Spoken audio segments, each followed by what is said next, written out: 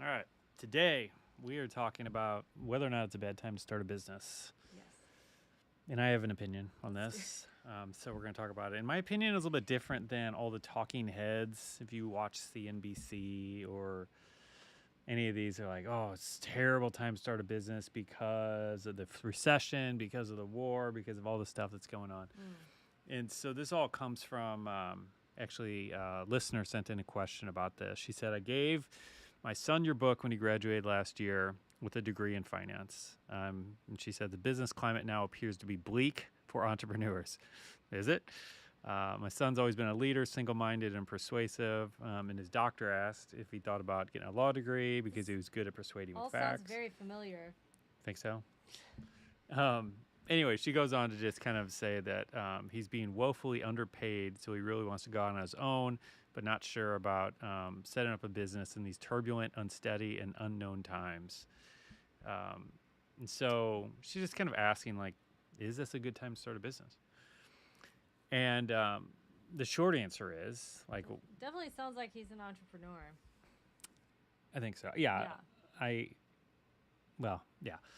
But I think there's a couple different things at play here. So the thing you have to understand is that you have to understand the macro level of the economy as a whole, okay, and then the micro level of different industries and what's going on in a specific industry, and those are two very, very, very different things. And so, with all that, like, I don't really care much about what's going on the macro level. And I don't really think it matters for the vast majority of businesses, the vast majority of us. It just doesn't matter, like, what the economy as a whole is doing. But specific industries, this is where it's really, really huge, and where it makes a really, really big difference, you know? And so, giving a little bit of an example here of what I mean. If we go back to the middle of 2020, you remember how all of a sudden everybody's selling masks? Yeah. Okay. And so you can go start a store on Etsy and start selling masks A lot of people did. and make a killing. Yeah. I mean, you don't have to really have much business acumen. You don't. I What? lost the word. Point is, in that. It's going to come to me. Keep it coming. Keep it coming. It's just a regular word. I don't know why I can't think of it. It's like blue or like horse. No, like it's not something that you've had to have done before. Experience. Experience. There you go. I told you Tongue it was a twister. regular word. Anyway, so in that situation, because the micro trend was so strong, anyone could start a business selling masks and be successful. And they did. And so tons of people did. Yeah. Now, on the other hand, right now, good luck trying to start a mask company selling masks right now, because it's flipped and it's the opposite. Right. And so you stepping into that micro environment and trying to sell masks right now, like, it's just a crazy uphill battle. Like, you have to create the demand because it's no longer there. So my point is, in that situation, whether or not the economy was going on and the stock market, went down 30% in 2020, but then bounced back up, and like all of that stuff, and like that just didn't really matter. It didn't affect that piece of the puzzle, but that micro industry, like, that's the stuff. Those trends are the things that are like really important, and that's the thing that really, I think, is the far more important factor than the economy as a whole, if that makes sense.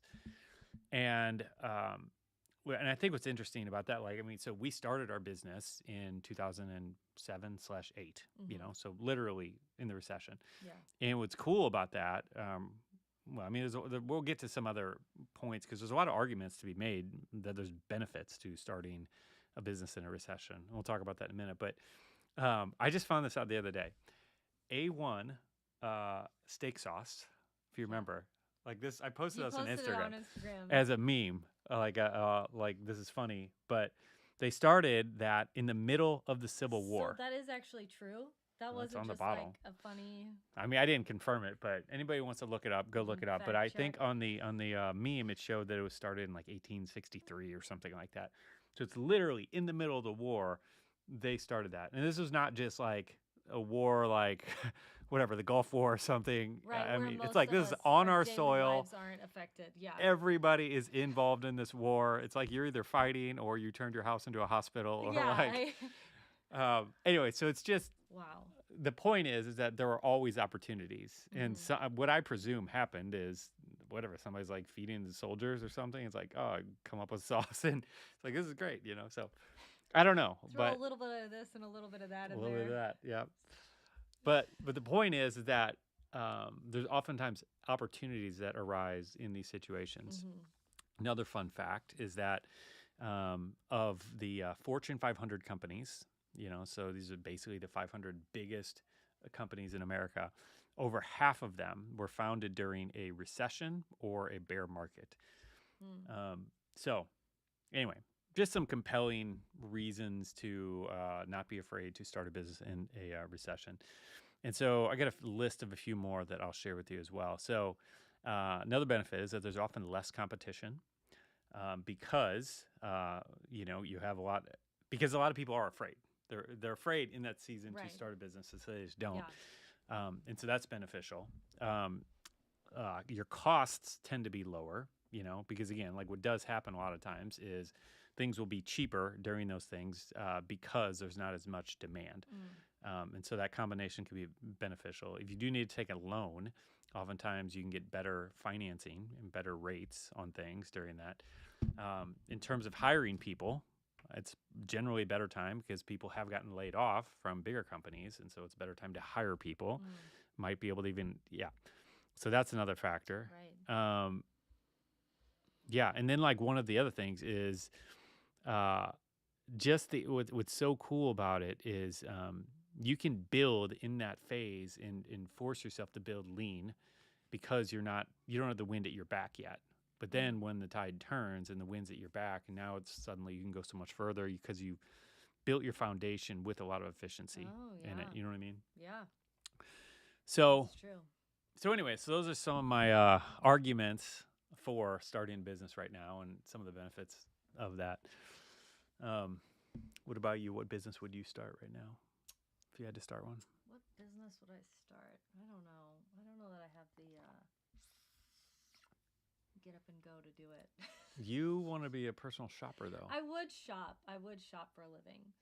I get energized by shopping. Yes. So I could do that, I think. Yeah. So anyway. But other than that, I don't know. So another thing too. Shopping on a budget. Sure. We have to make everything about a budget here. Do we? Let's not. So another thing to add to this too, based on her comments, and I'm not going to use her name just because I didn't get a chance to ask her if she wants me to share this, but she's talking about her son being woefully underpaid out of college. And I think there's a point here. Like really think it's in your 20s.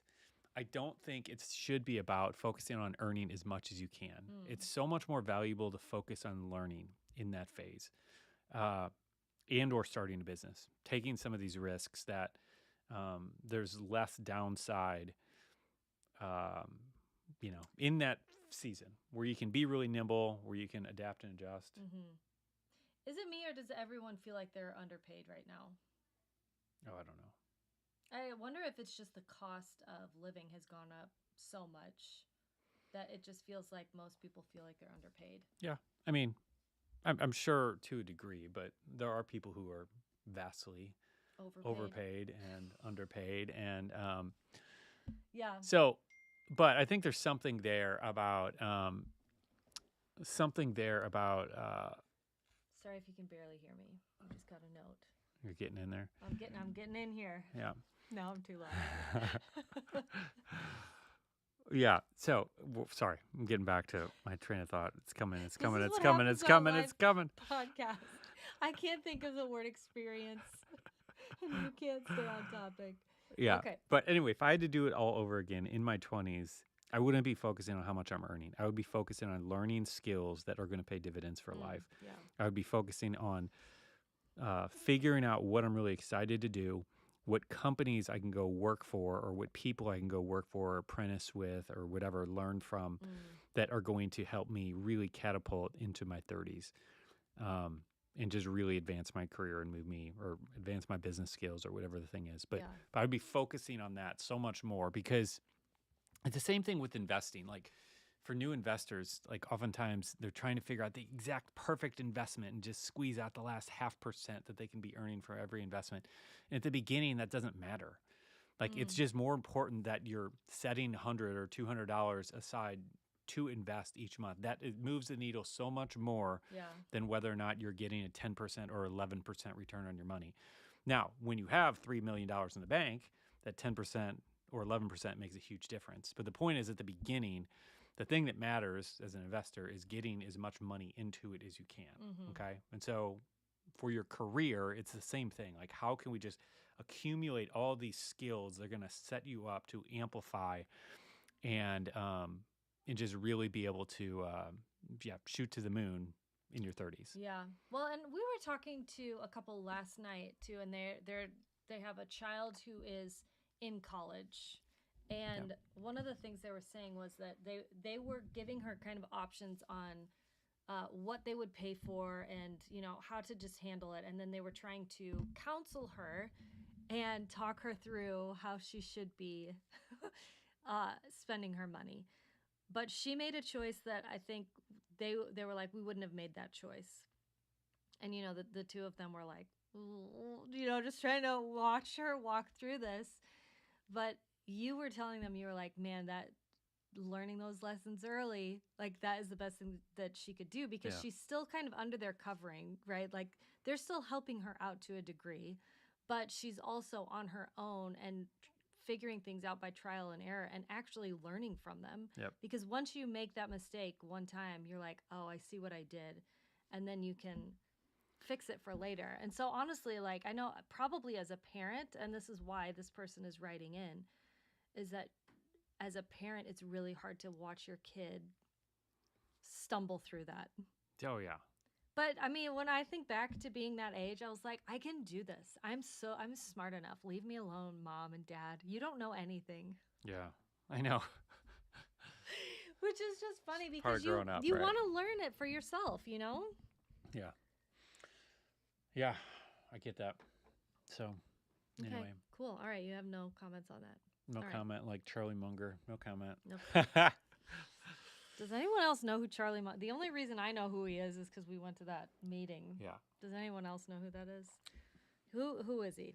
I don't even really know who he is. Is he? He's just Warren Buffett's business partner. Okay. At Berkshire Hathaway. There you go. And so they've been partners for 50, 60 years. We went to this shareholder meeting, and Warren Buffett would talk and say all this stuff, and they'd be like, Charlie, you want to add anything to it? And you go, I have nothing more to add. Almost every single thing he said, I have nothing more to add. He's a funny old guy. He is funny. All right. Anyway, so that is the lesson and the question to answer today. So I think that's it. Have yourself a great, wonderful day, and we'll see you next time. Bye.